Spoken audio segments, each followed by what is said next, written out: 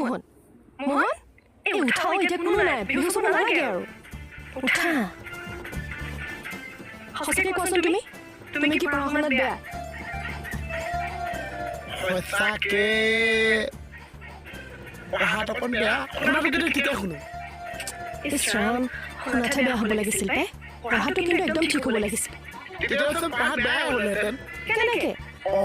কি পঢ়াইছে যদি নুশুনিছে তেতিয়াহ'লে পঢ়াটো কেনেকৈ শিকিছে সেইটো বাৰু হয় হ'লেও তুমি চেষ্টা কৰিবাচোন পাৰিবা পঢ়িবলৈ মই পঢ়িব পাওঁ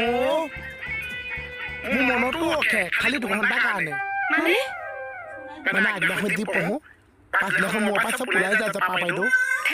কিয় আগদিনাখন খোৱা ভাতে পাছদিনাখন নাথাকে ওলাই যায় পঢ়া শুনাটো ইমান দিন থাকিব